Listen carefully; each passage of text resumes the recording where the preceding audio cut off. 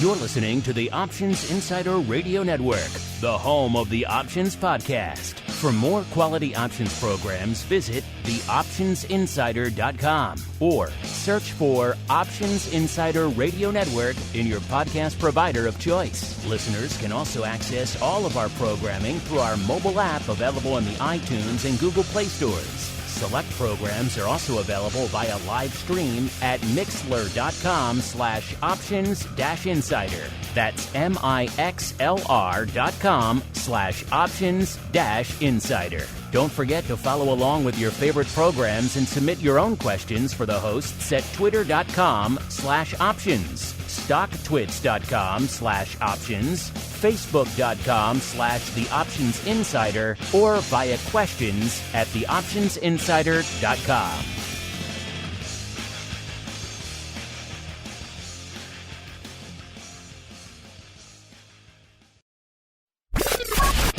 And now, it's time for the show that breaks down the options market from unusual activity alerts to market analysis, strategy overviews, listener questions, and much more. If it involves puts and calls, then our all-star panel will break it down. It's time to hit the Option Block with your host, Mark Longo from the Options Insider Media Group and co-hosts Uncle Mike Tusaw from St. Charles Wealth Management, Mark the Greasy Meatball Sebastian from OptionPit.com, Andrew the Rock Lobster GIOVINAZZI from OptionPit.com, and Henry the Flowmaster Schwartz from Cboe. The Option Block is brought to you by Cboe. Cboe's suite of S&P 500 index options, SPX and mini S&P 500 XSP options, allows traders to speculate on the direction of the market, generate income, and hedge for downside protection of their portfolio of stocks. No matter what kind of trader you are, there's plenty of useful information to take the guesswork out of creating your portfolio strategy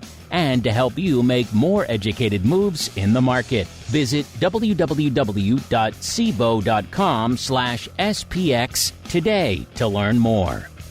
The views expressed herein are those of the speakers and do not necessarily reflect the views of Cboe Global Markets Incorporated or any of its subsidiaries, collectively Cboe. The information provided is for general education and information purposes only. There are important risks associated with transacting in any of the Cboe products or any of the digital assets discussed here. Before engaging in any transactions in those products or digital assets, it is important for market participants to carefully review the disclosures and disclaimers contained at www.cboe.com/US_disclaimers. These products and digital assets are complex and are suitable only for sophisticated market participants. These products involve the risk of loss, which can be substantial and, depending on the type of product, can exceed the amount of money deposited in establishing the position. Market participants should put at risk only funds they can afford to lose without affecting their lifestyle. And now, get ready to hit the Option Block.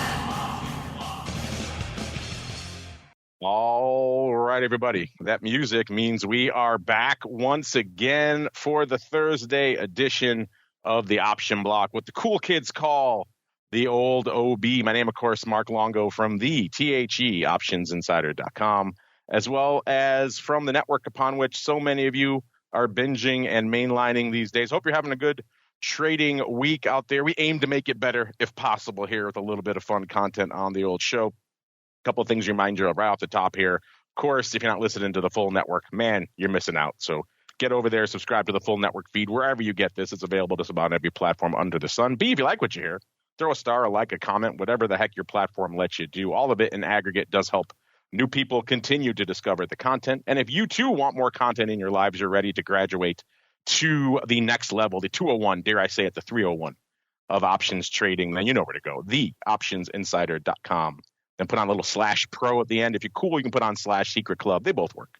And that'll get you to the land of the pro. Double pro shows every week, exclusive feed with 250 plus episodes, live streams, giveaways. Just ask Wolfpack how cool his pro Q&A, his pro trading crate was. Pretty cool stuff. All sorts of fun stuff there. Theoptionsinsider.com. /pro is the place to go. As we go around the horn, no Uncle Mike today.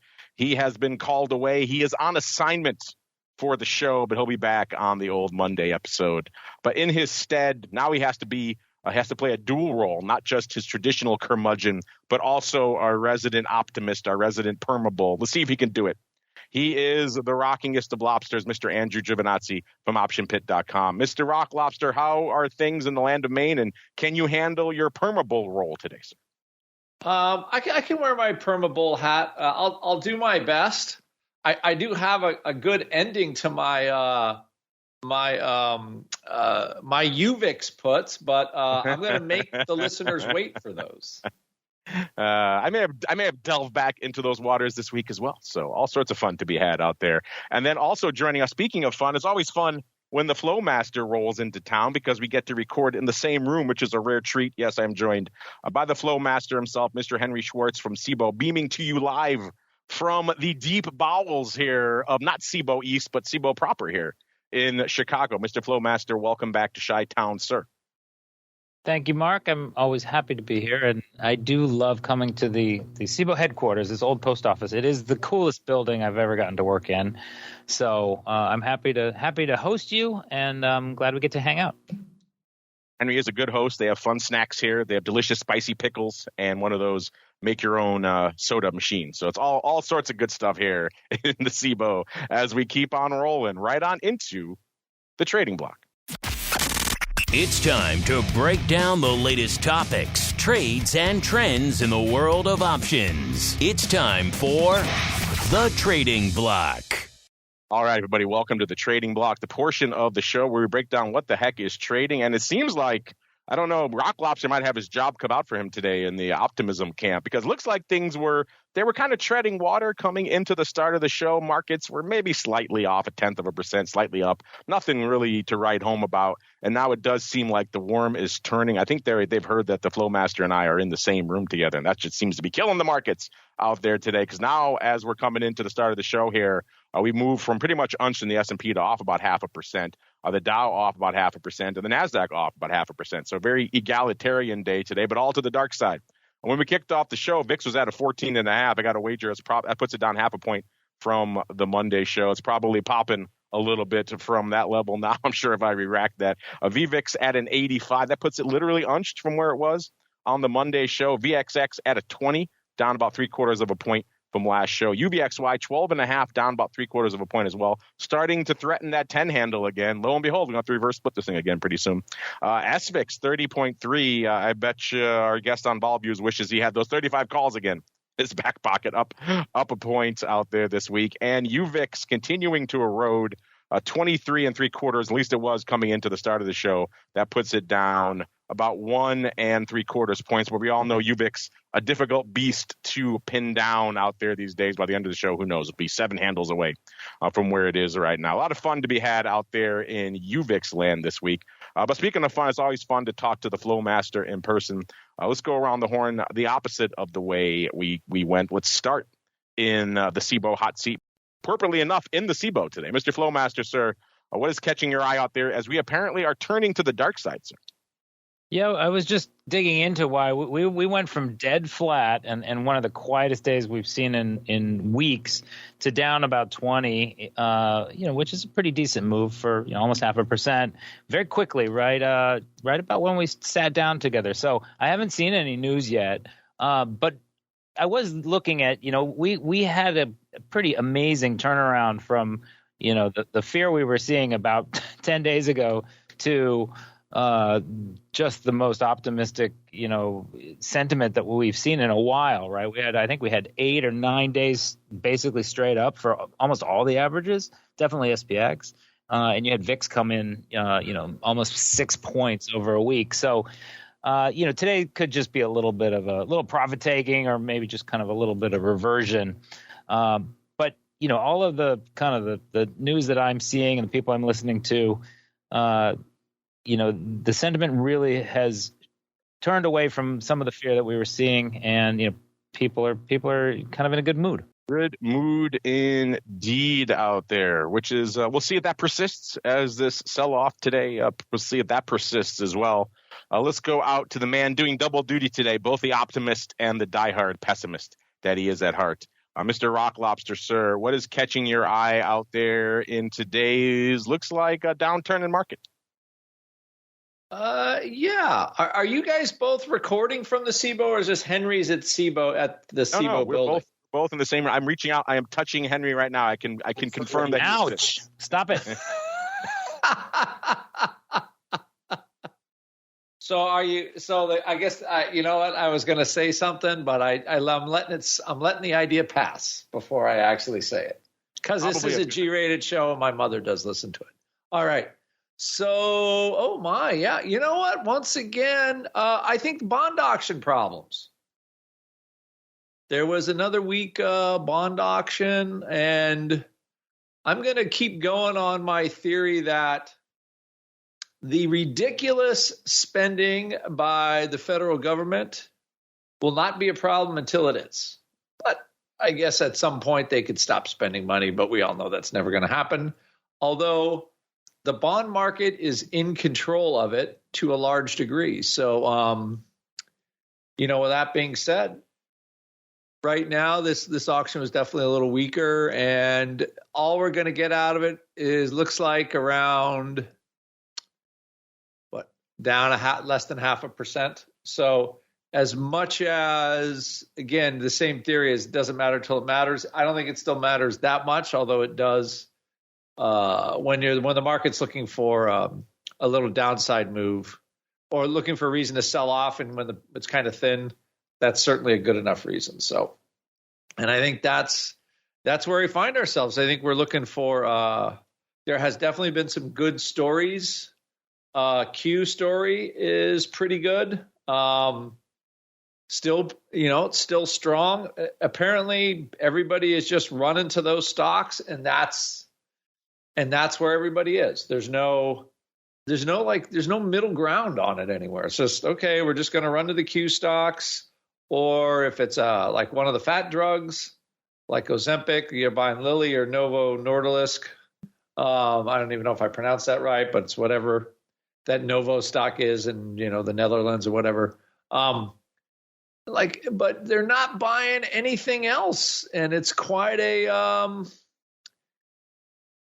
think that's what we got. The rest of the market, there still it would be nice to have a little bit more participation, but it's not materializing as much yet. So, and then we have, of course, Powell will say more stuff this afternoon, but I don't think he needs to raise rates anymore because the bond market is doing all the work for him at this point. I think he has done his job. He has gotten rates high enough, and it's kind of hard to not pay attention to the level that they're at. It's kind of hard indeed. This is the point of the show. If Uncle Mike was here, that he'd be telling us all to get on the boat with the 10-year note. Interesting discussion of rates and some of the importance of round numbers on TWIFO. A rare early TWIFO this week, listener. So no TWIFO after the show today because you already heard it. You already got it yesterday. We were joined by our buddy, Mr. Blue Putnam over there, the chief economist over there in CME land, to break down some fun research. If you want to hear research on rates and everything else they have cooking under the sun over there, then check out that episode if you haven't already, after you're done listening to this one, of course. But Mr. Flowmaster, you were regaling us, or you were regaling me, I should say. There was no one else in the room. You were regaling me before we started the show with your size trade out there in all things 0 day, which you speculated may have been sizable enough to turn the market to the red, sir. So break it down for us, sir. What were you slinging? It's possible I spooked the market. I did actually trade a 5 lot of SPX right before we sat down. Not that I anticipated anything, but I will tell you what I was. I actually was thinking about leverage, and I got to see Tom Sosnoff speak twice in the last week. He was at a Bloomberg panel 2 days ago and at SIFMA the week before, which was a conference. And he was talking about leverage, and it was funny. He has some strong talking points, and they're really interesting, and he knows the business so well. It really is interesting to hear him speak. But what he was a little bit complaining about was kind of the differences in leverage between equity and futures and options, and it got me thinking on options. So I actually wrote a little query to pull out the effective leverage from the SPX 0 day complex. And the simplest way I could think of doing that was just basically taking the 50 delta options in SPX over the course of the day, dividing the price by the delta, so basically doubling the price of an at the money, or think about just taking the straddle price, and then seeing how much buying power you were getting in terms of delta. And then really thinking about how that plays versus, with equities, there's basically 2-to-1 leverage for most people, right? That's what you're allowed to borrow in margin, right? So if you want to buy SPY, you can buy $2,000 worth of SPY with $1,000 of cash. And there are some ways to get up to, I think, 6x for hedge funds, but futures themselves, I looked it up. The margin on an E-mini is around, I think it's $11,800, which based on where S&P is, gives you kind of a leverage ratio of about 20 times, right? So, meaning $200 buys you $1,000 worth of market exposure. And then what was interesting is in my little query is you have to think about what the price of an option is getting you, right? Now, you can buy a deep in the money call, and we all know that's basically a delta of 1-to-1. So if you buy a $20 call on a $4,400 index, it's going to, that's what you're controlling. But by just looking at the at-the-monies, it struck me that the leverage you get kind of as the day progresses and that straddle gets cheaper, the leverage is going up, right? If you think about it, the very, very end of the day, the leverage is almost infinite in a way, because an option that's, down to 30 cents, if it is getting you delta, is a huge ratio. But what was interesting was midday, I was looking at basically when the straddle was trading around $12-ish, which, kind of with VIX where it is, and VIX 1D where it is specifically, that's kind of about your 1 p.m. Price has been around $12 in the straddle. And the leverage ratio for the options then comes out to about 160 to 1. So today's trade really was, I was just kind of thinking about what side of that you want to be on. And, we've talked about the 0-day flow. I've talked about it many times, and there are a lot of premium sellers in there. But today I was kind of like just thinking, wow, for a $6 put, you're getting basically, 150 times leverage. And I got lucky. The market sold off, and I had left a limit order out there to sell it. So I just took some quick profits, pays for the lunch that I'll buy Mark after we record this. I'm have serpent and turf to go then after this. No, I'll buy you a taco downstairs. But that was, it's really interesting to me. I love digging into the data. And with options, you can get lost in the binomial tree and the Black-Scholes Merton model and everything else. But to just kind of the most refreshing thing about the 0-day pricing to me is you can think about it very simplistically, right? Like if you buy a straddle for $20, how much does the market need to move for you to make any money? Well, the answer is $20, right? So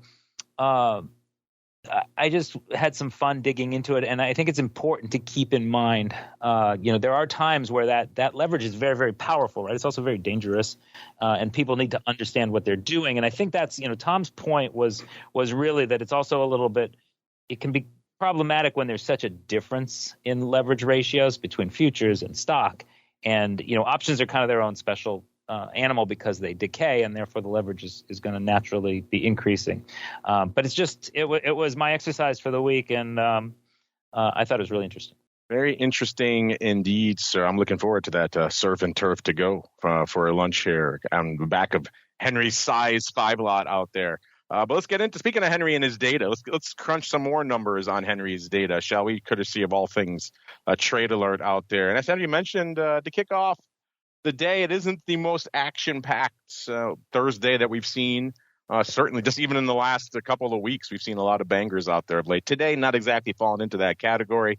369,000 contracts on the tape for VIX right now. That's pretty light, especially when you see the ADV. ADV has come in a little bit as well. It's back below 900K, but not much. 854,000 is the ADV in VIX land. So that's still a whole heck of a lot of paper, and doesn't seem like VIX is going to threaten that today unless this downturn maybe really turns into something, or we see the mother of all whipsaws out there.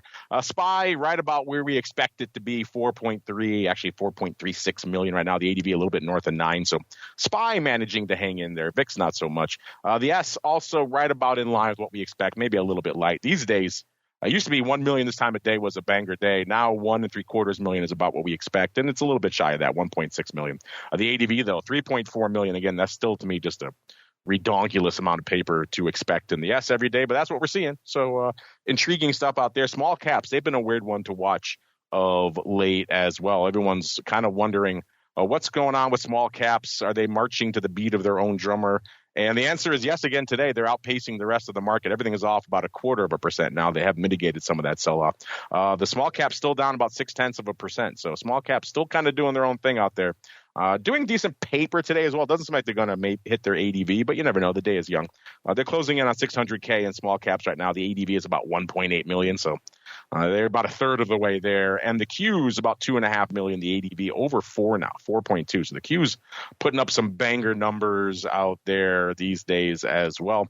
Speaking of bangers, is it a banger day on the single name front? And the answer is kind of. We have seen this interesting inverse correlation between the major indices and the single names. When the major indices are really lighting it up, single names seem like kind of the land that time forgot. And now maybe a little bit of vice versa. The indexes aren't exactly blowing the doors off. Single names not blowing the doors off either, but doing respectable paper. It cost you 234,000 contracts to break into the top 10 today. That gets you to our old friend Microsoft.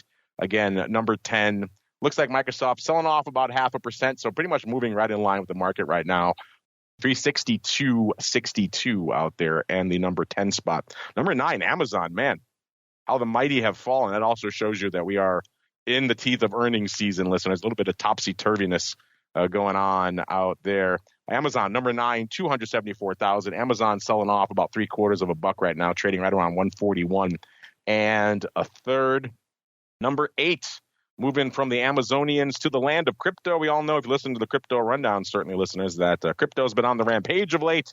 Coinbase reflecting that. Coinbase today, 334,000 contracts, and the number 8 spot up 6 1/3, or a little over 7% out there. My goodness, strong pop for them. Again, Coinbase, the number 8 spot out there. Number 7, AMD. So chip zone coming a little early today. 373,000 for AMD.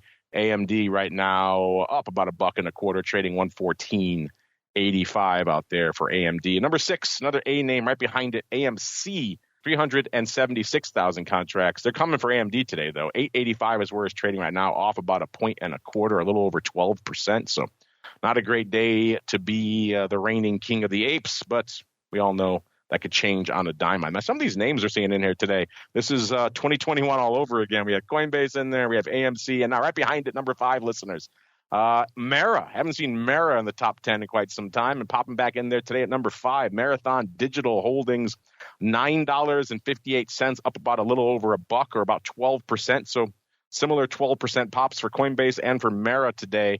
Mara, for a lot of you, is one of your most popular surrogates, certainly from an optionable perspective. For all things crypto out there. We've done these surveys in the past. What do you guys prefer to trade your crypto options on and get your crypto options exposure? Is it straight, let's say, BitO, or is it Coinbase, or is it Mara? And a lot of you like to come down on Mara. Popping hard today, again, a little over $1, and good for the number 5 spot out there, 448,000 contracts in Maryland. Number 4, the Diz catching a little bit of a lift out there. After hearing this narrative forever that their streaming is garbage, they can't make any money on it, apparently they at least reversed that slide, at least for now. Diz popping hard today, $90.82, so closing in on $91. They were just 78, 79 not too long ago. Up 6 1/3 today, or about 7.5%. Good for the number 4 spot. 465,000 contracts on the tape for them.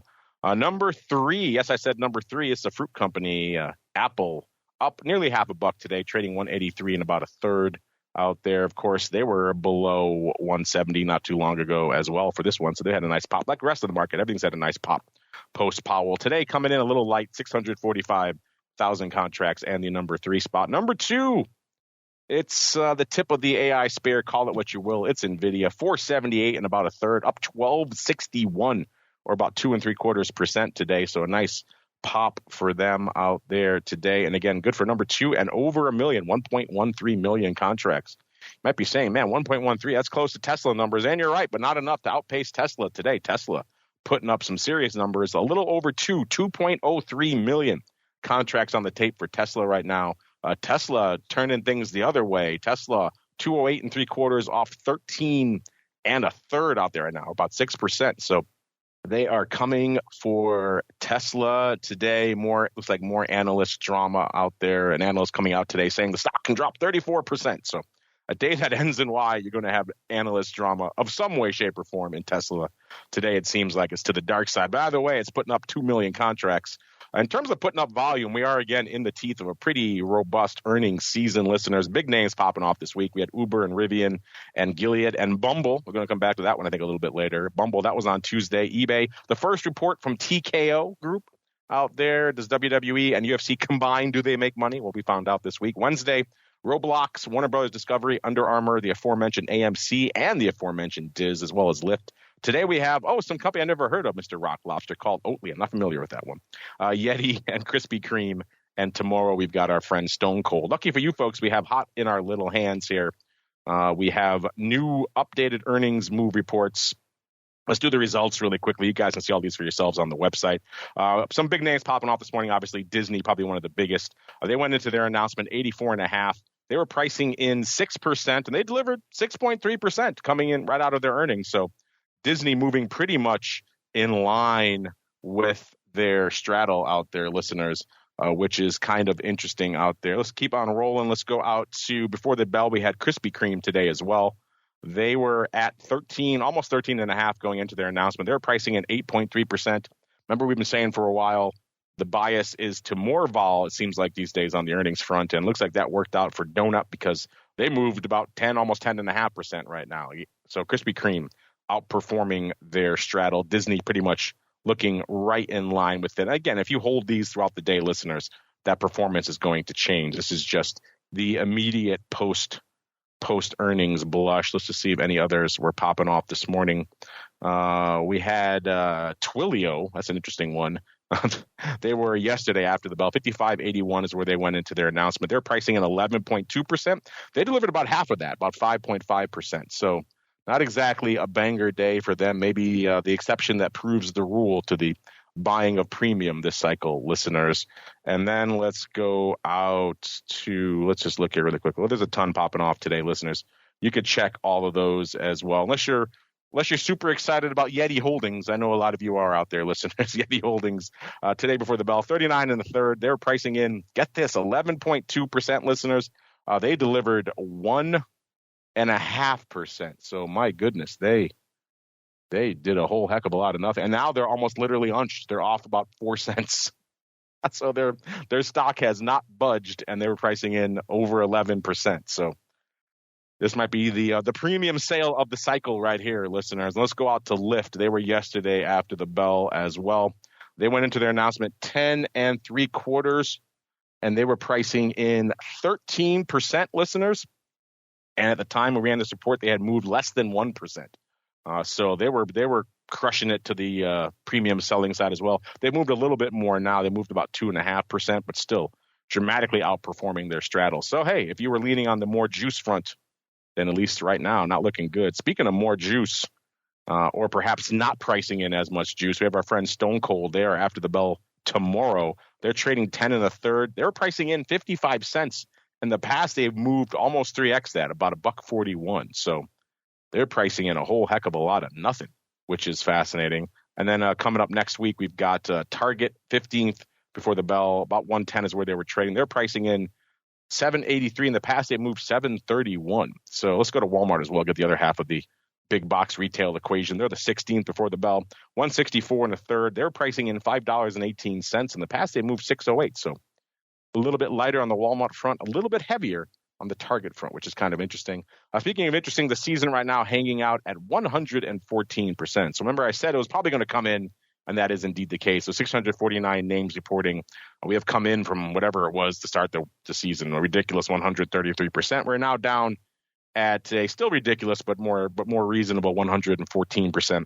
Our long-term average is exactly even, is exactly 100%. So I guess they've been getting it right out there of late, listeners. Speaking of getting it right, let's see if it's our turn to do that, listeners. It is time for the Odd Block. It's time to break down the most interesting, unusual, and downright questionable options activity that's been identified by theoptionsinsider.com. It's time for the Odd Block.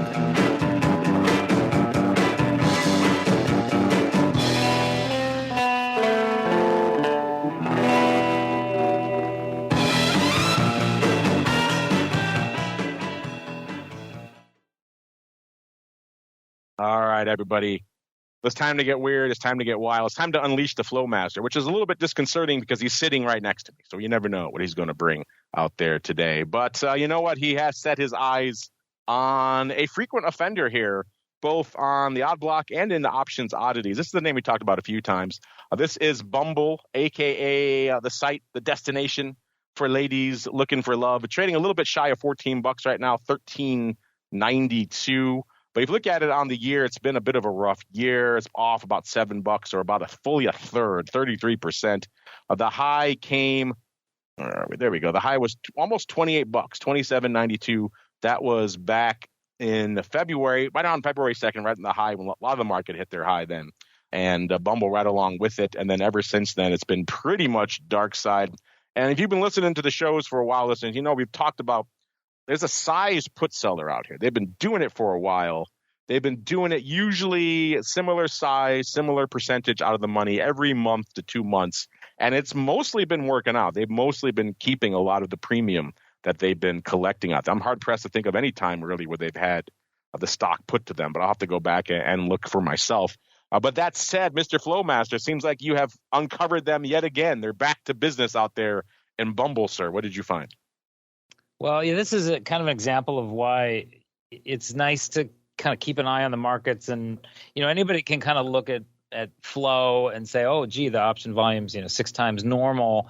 But you start to see some patterns. And I actually was talking to a colleague of mine, or an ex-colleague, and, he actually said that a very important part of the way that the bank he used to work at made money was by knowing which clients were very smart in terms of maybe delta or volatility moves, and basically kind of knowing which trades you wanted to aggressively hedge, or maybe which kind of trades you might not need to hedge. So, and this one in Bumble is as you said, it's really similar to something we've seen a few times. So yesterday we saw. So it's an interesting one though because the data was a little tricky. 24,400 of the D's eighth, okay, so it's a month from yesterday, 11 strike puts traded for 11 cents. Now, the quote on the screen at the time was a nickel at 15 cents. So mid-market was a dime, traded at 11. It's slightly above the midpoint. So, if you didn't have any additional information to go off of, you might guess that this was a put buy or traded in an auction facility. But that's very, very close to mid-market, which we kind of know is harder to figure out. Fortunately, I was able to see that some of the flow which hit the Cboe exchanges was actually a customer put seller. So, and then I recall this they pocket about $268,000 in premium. This is a 20% downside strike because the stock was $13.58 at the time. And it's really similar to what we saw just a few weeks ago when 20,000 of these 10 puts were sold for 13 cents. And those are actually still open. So, as you said, Mark, this customer seems to be very aggressive. These are the things we call line in the sand, because basically this is somebody taking a very large position that the stock is not going to get down to their strike, or if it does, they're going to take a big position in the stock, because this is not a trade you're going to be able to get out of very well if things get weird. So it's a bullish trade. It's a bullish trade in the form of a put seller. And as we've seen, they've managed to adjust their other trades, even when the stock hasn't really gone up. I was able to find a few examples where the stock did sell off another 20 or 30 cents from when they got into the trade, but time decay worked in their favor, and they were able to, keep that premium. Yes, I was looking here while you were talking. I was able to uncover the recent history of what is probably the same customer, maybe some more paper they inspired, going back to June, listeners. And it seems like that's that level. That's about their size. They're pocketing somewhere around $250,000 per month out here doing this strategy. Going back to June, they sold the July 15 puts for 21 cents, 13,500 times. Those worked out. The stock was 17 3/4 at the time, so they're talking a little over almost $3 out of the money.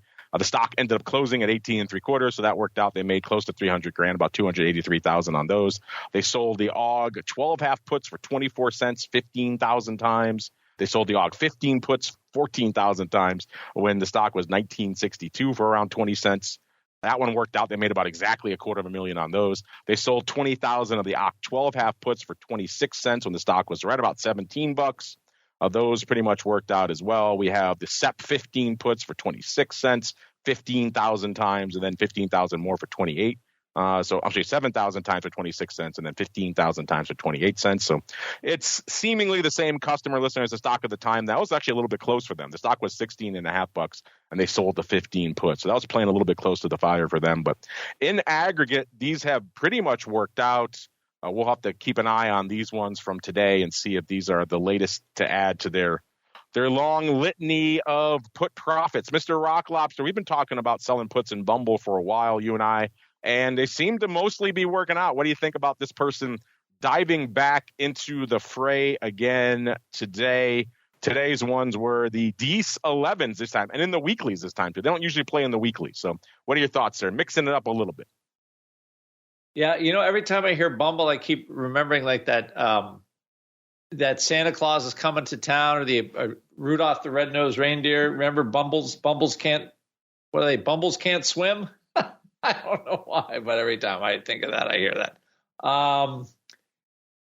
We have, we have seen this before in here several times, as you mentioned. So, I guess, again, the line in the sand is still going strong. I think, and this person, I guess, just wants to own the stock at a lower price. I mean, there's still margin. I've always tried to figure out it's like, does somebody have like extra margin kicking around that does this strategy? It's the only thing I can think of. There used to be a guy on the Cboe floor. I will not invoke his name like I did last time. And he used to do this, did it for years. And I think 2008 wasn't great for him. But anyway, but whoever does this, historically, I'm trying to remember. They might have gotten dinged once, and even then, I think the stock came back. But it just looks like they keep doing the same thing. And it looks like they think Bumble has a future. No surprise there. Maybe one went against them, but I'm hard pressed to think of even that one. You're right. I think they mostly have all worked out and all for around that $250,000 level. So we'll see if these hit again for them, listeners. Speaking of hitting, Mr. Flowmaster, it seems like your trade of the day newsletter, which we keep, it's not a newsletter, it's trade of the day report, but we keep threatening to put this out to the masses. This one hit upon a winner chicken dinner yesterday. And a name, I don't think we talked about his name before. This is Spirit AeroSystems Holdings, Inc., ticker symbol SPR, trading right around $24 right now, $23.95, up 90 cents or about 3 3/4% today.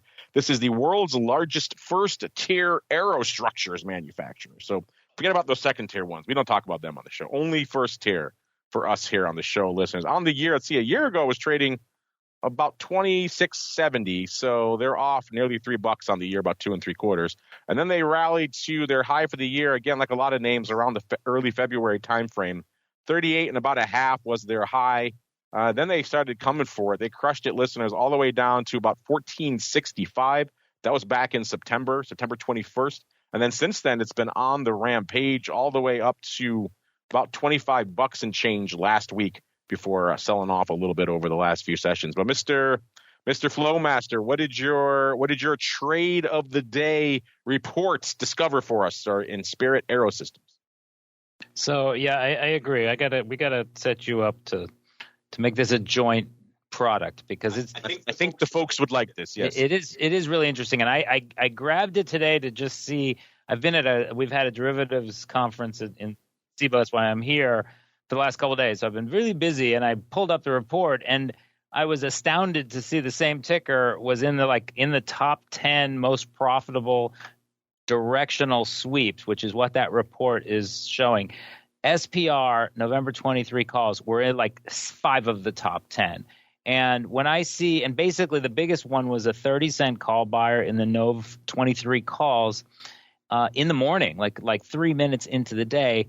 30 cents they paid, and those things closed at 95 cents. So that was a 200% winner, $100,000 profit on $100,000 in premium.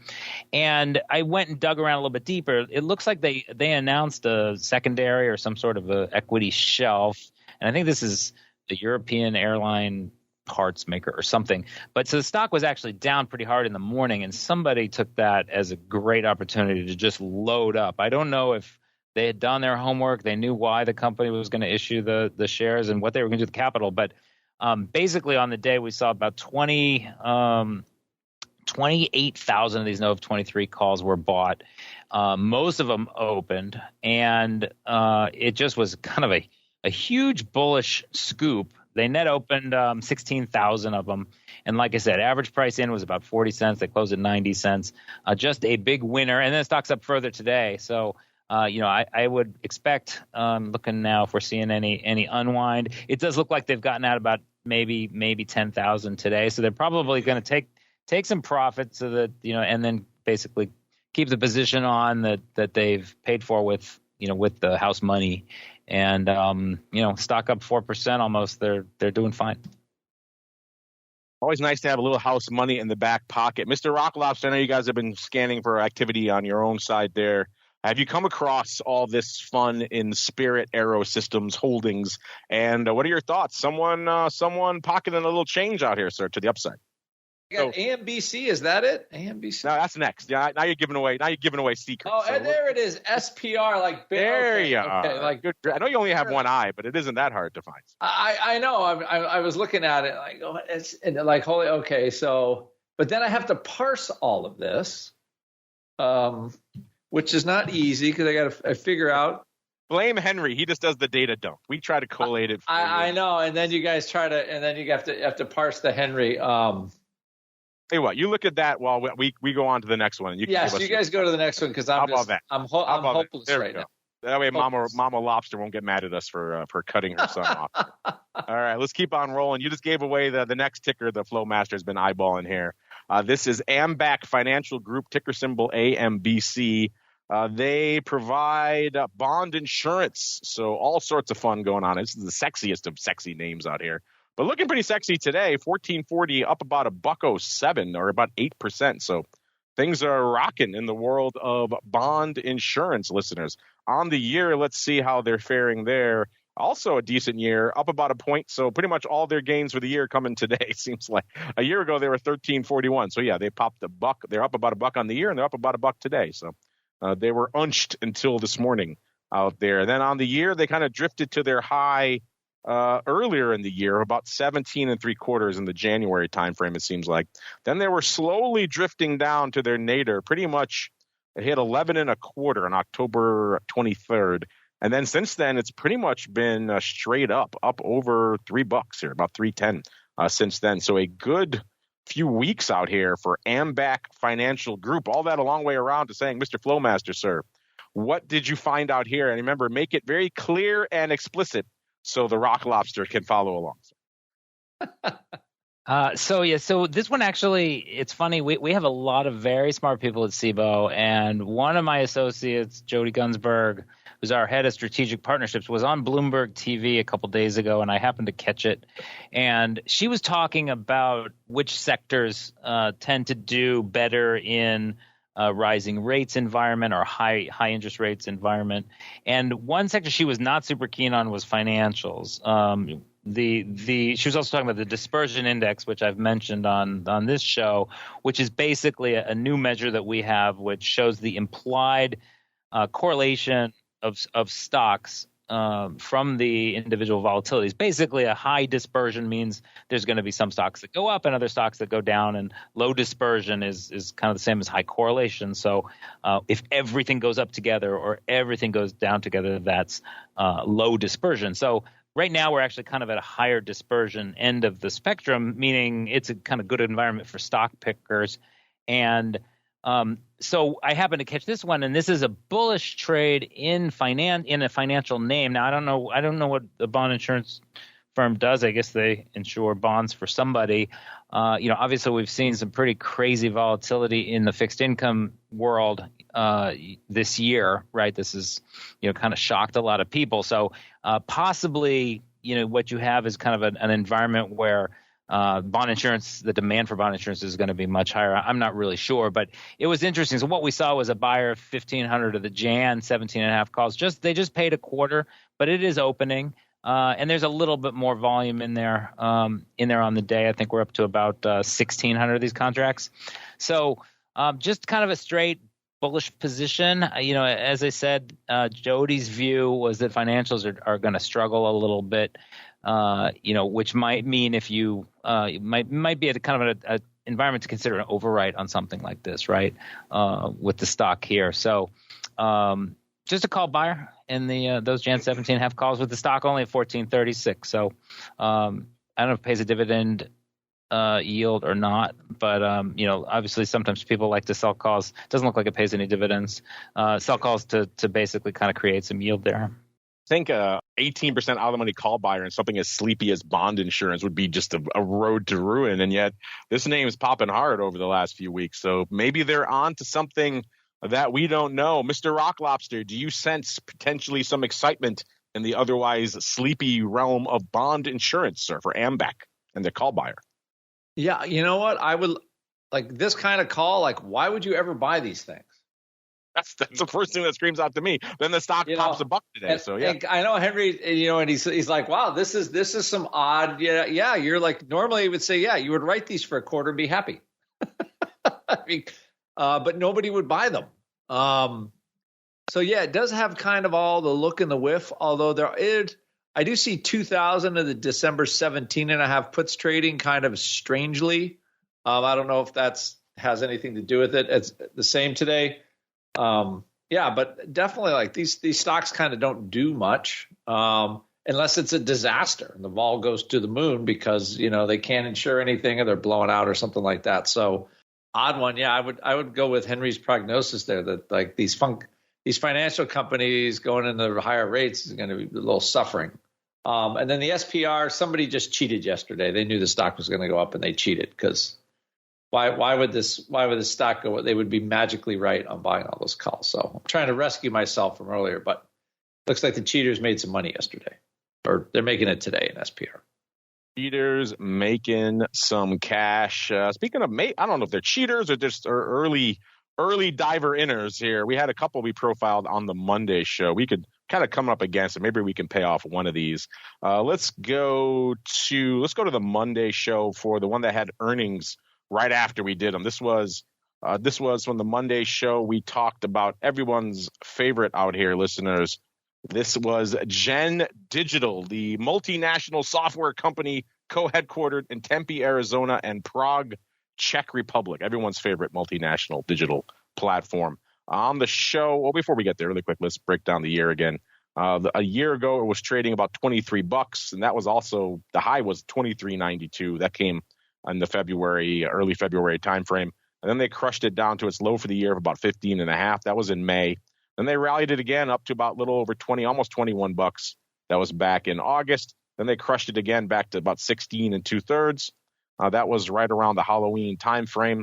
And when we talked about it on Monday with earnings coming up the next morning, the stock was trading $17.55, and somebody was looking for a whole bunch of upside. They were scooping the Nov 18s.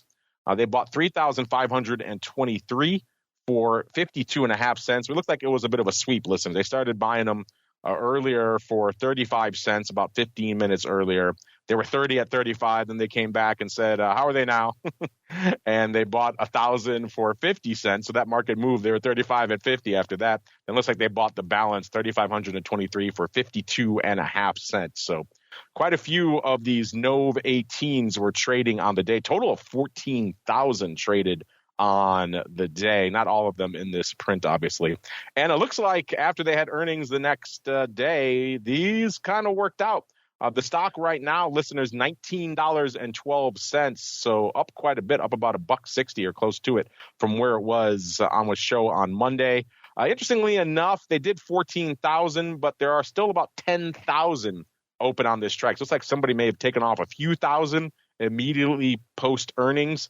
But since then, looks like they're still riding these bad boys. And now these are Nov, so they have more time, listeners. These are not weekly, so they don't have to get out of them tomorrow. But we were saying on the Monday show, we're probably going to know if these worked out by the Thursday show, and that seems to be the case. Mr. Flowmaster, did you notice these from the Monday show, this size block of NOV 18s? And then what are your thoughts? It seems like a bit of a trend these days. People put on to trade, it works out their way, and then they just sit on them. They don't do anything with them. Have you noticed that as well, sir? What are your thoughts on these Gen NOV 18s?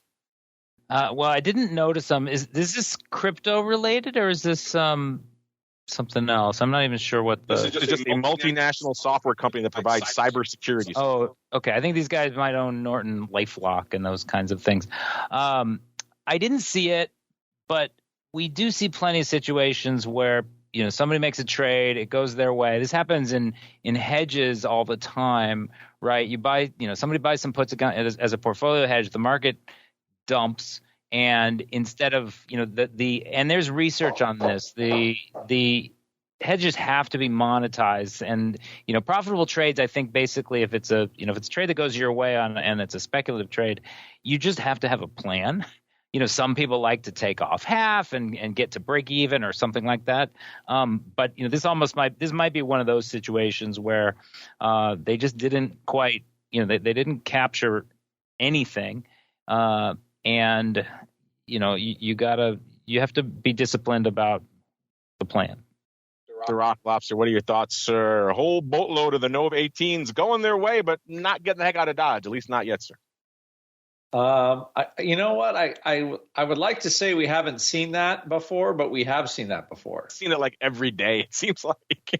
And it's one thing with my students, like the UVIX puts, I had a target, did not go as well as I wanted, except obviously for the listeners that bought them for 15 cents. Now they traded $2.75. But yeah, some of our listeners chiming in. They Christmas came early, as they said. So it did. And and I was like, okay, if I could just get out of Dodge at $2.75, make a little profit. I totally screwed up managing this, but you still got to close. Options are meant to be closed. Like it's what I tell my students. If you're an investor, you can take delivery. If you're a trader, you need to close, and that's how you tell the difference between the two. So you don't want your trading to, I would say, invade the investing, because you could take that long-term thesis and get wiped out on short-term trades. So I make it easier that way. But if you're buying out of the money specky calls, and it does look like they're still sitting there. I mean, we have they still have some time to go. There's 9,000 open, but you would think they might want to take the money here before it's too late. Would think, obviously these are NOVs, these are not the weeklies, so they got a little bit of time, so we shall see. But right now, looking good. Whether that's still the case in a week or two, we shall see. Speaking of running out of time, listeners, we are coming up against it, so it is time to go around the block. It's time to tell you what we'll be watching on our trading screens until the next episode. It's time for Around the Block. All right, everybody, welcome to Around the Block, the portion of the show where we tell you what we're keeping an eye on until our next episode. Who needs Uncle Mike to fill an hour? We're having fun here on the show without the unklest of Mikes. But speaking of having fun, Mr. Flowmaster, you are the keeper of all things zero-day data right now. You're just talking about slinging your size 5 lot earlier in the show. Our question of the week is right up your alley right now. We're saying everyone is obsessed with zero-day options trading these days, but how are you actually using them in your trading? We gave you 4 choices: income or premium harvesting, short-term hedging, so, buying your put around earnings, that sort of thing, listeners.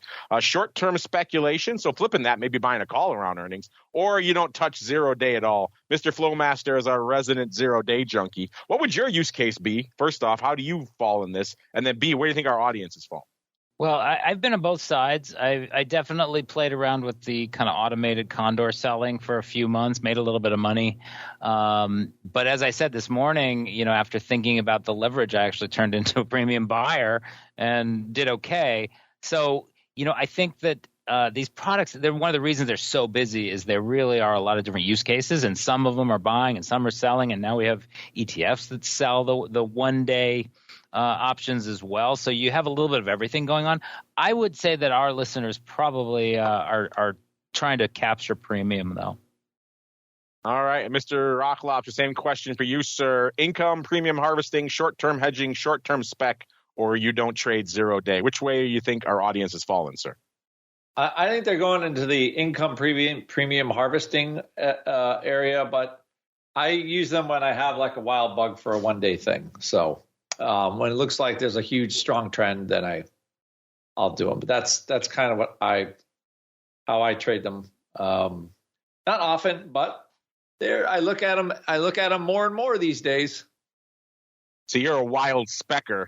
And our audience, interestingly enough, there is definitely a section of our audience that is skeptical of all things zero-day. We do speak to, I think, some of the more bleeding edge of the options market. And they're, I think, a little bit skeptical of these because that's reflected in our data right now. 45.1% of you out there saying you don't trade zero-day, which is interesting. Not exactly surprising to me, given some of the polls we've done in the past. There definitely is a segment of our audience that is not enamored with all things zero-day. 29.4% right behind it saying income or premium harvesting. Then number 3, short-term spec, 15.7%. And bringing up the rear, the purpose for which you could argue they were created, short-term hedging, only 9.8%. Get out there if you haven't voted yet, listeners. You got about a day left. Here we got one of our pro members, Aja Del Aquaria, saying, I was a kid who understood not to play with matches. As an adult, I don't touch zero DTE either. You know what? You're clearly not alone. Half of our audience right now is saying they're in that same ballpark. As we're coming up against it, so let's go around the block. Mr. Flowmaster, we'll start with you, sir. What are you keeping an eye on until your next appearance next Thursday, sir? Well, I just put some data up on LinkedIn, just kind of highlighting where we were in volume. And, on the year, basically these zero-day options, it is the story of the year for sure. And it's also basically driving almost all the growth that we're seeing. So market volume is going to be up around 8%, 11 billion contracts, 11.2. It's almost all from these new shorter expirations that people are finding different ways to trade. And I will actually mention that in one of the times I saw Sosnoff speak, somebody asked him about the growth of the market, and he said he believes we're about 5% of the size that we could be. So, meaning, instead of 43 million contract days, we could be seeing 220 million contract days, which is, I think, a pretty exciting view. I want him to be right. That's for sure. I'm not sure if I share his enthusiasm, but talking a little bit of his book there. But hey, all of our book is that. That's all of our book at the end of the day. Volume goes up, it helps everybody. So yes, let's all hope he is right. Mr. Rocklofts, the same thing. What are you keeping an eye on until our next show on Monday, sir?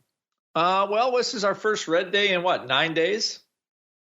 VIX up and SPX down, not liking the auction, and Powell's about to speak, so they're going to like that even less. Maybe not. I don't know. But I will go with Sosnoff. You give him credit; he is pretty excellent marketer. So. Maybe his nose is a little better than most on that score. So yeah, a higher amount of contracts would be great. But I would like to see how we get past these Powell statements if the market actually holds up red today.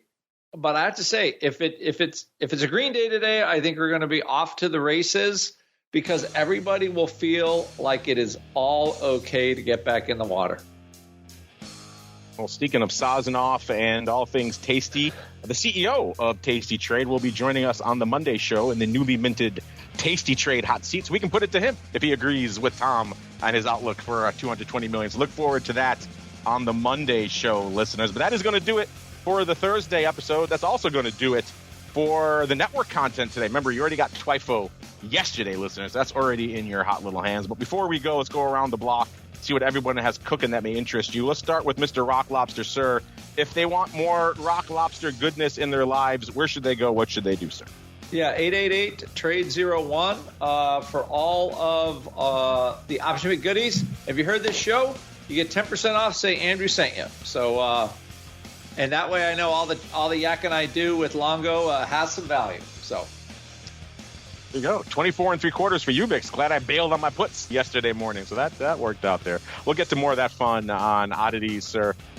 Optionpit.com, the place to go. And Mr. Flowmaster, sir, if folks want to check out all these cool goodies I'm playing with during the show, so all the trade alert data, all the bells and whistles, as well as maybe your cool trade of the day report, maybe coming to one of them soon. Where should they go? What should they do, sir?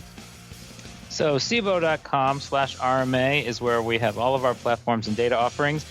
Sadly, that trade of the day report is not yet accessible there. So you have to get a hold of me some other way. You can always find me on LinkedIn or just email Mark and he can help you. But I'm just going to be watching the market. You know, this derivative summit that we have at Cboe it's really such an amazing time to see the work we have going into different things. Analytics, we had a nice discussion of the theoretical basing for all of the markets that we're monitoring, which now includes some international markets as well. So more to come, but Cboe.com/RMA to bang around on our platforms. Check it out, listeners. And of course, he couldn't join us today. He was on assignment, but give him a bit of a follow as well at Mike Tusaw, TOSAW on Twitter, or check out his website, stcharleswealth.com, the place to go. We got to get on out of here. Back again tomorrow, noon Central, 1 p.m. Eastern, with our buddy, the once and future Dr. Vicks, holding court on a little bit of volatility views. After that, exclusively for our pro folks with Options Oddities. So if you haven't joined the Secret Club yet, what are you doing, listeners? Still time to get in on Options Oddities. I got a feeling we're going to break down some more UVIX fun on the show tomorrow, as well as all sorts of other fun trades that have been lighting up our radar. TheOptionsInsider.com/pro, the place to go to learn more. Then we're back again on Monday with the folks from Tasty and another episode of the Option Block. Stay safe out there, everybody. The Option Block is brought to you by Cboe. Cboe's suite of S&P 500 index options, SPX and mini S&P 500 XSP options, allows traders to speculate on the direction of the market, generate income, and hedge for downside protection of their portfolio of stocks. No matter what kind of trader you are, there's plenty of useful information to take the guesswork out of creating your portfolio strategy and to help you make more educated moves in the market. Visit www.cboe.com/SPX today to learn more. The views expressed herein are those of the speakers and do not necessarily reflect the views of Cboe Global Markets Incorporated or any of its subsidiaries, collectively Cboe. The information provided is for general education and information purposes only. There are important risks associated with transacting in any of the Cboe products or any of the digital assets discussed here. Before engaging in any transactions in those products or digital assets, it is important for market participants to carefully review the disclosures and disclaimers contained at www.cboe.com/US_disclaimers. These products and digital assets are complex and are suitable only for sophisticated market participants. These products involve the risk of loss, which can be substantial and, depending on the type of product, can exceed the amount of money deposited in establishing the position. Market participants should put at risk only funds they can afford to lose without affecting their lifestyle. You're listening to the Options Insider Radio Network, the home of the Options Podcast. For more quality options programs, visit theoptionsinsider.com or search for Options Insider Radio Network in your podcast provider of choice. Listeners can also access all of our programming through our mobile app available in the iTunes and Google Play stores. Select programs are also available via live stream at mixlr.com/options-insider. That's mixlr.com/options-insider. Don't forget to follow along with your favorite programs and submit your own questions for the hosts at twitter.com/options, stocktwits.com/options, facebook.com/theoptionsinsider, or via questions at theoptionsinsider.com.